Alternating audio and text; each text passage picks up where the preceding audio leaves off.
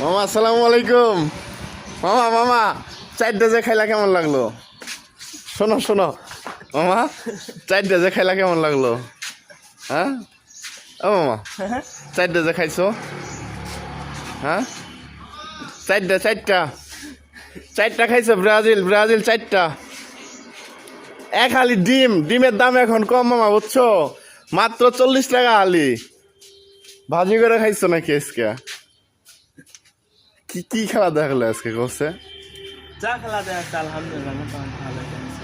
ধরো সামনে বার আবার ভালো খেলবে নাকি? মানে খেলার ভিতরে হার জিত আছে, কিন্তু ওই যে ওরা যে কয় যে 7 আপ খাইবো, এবার কিন্তু 7 আপ মামা দাম ভালো যাইবো।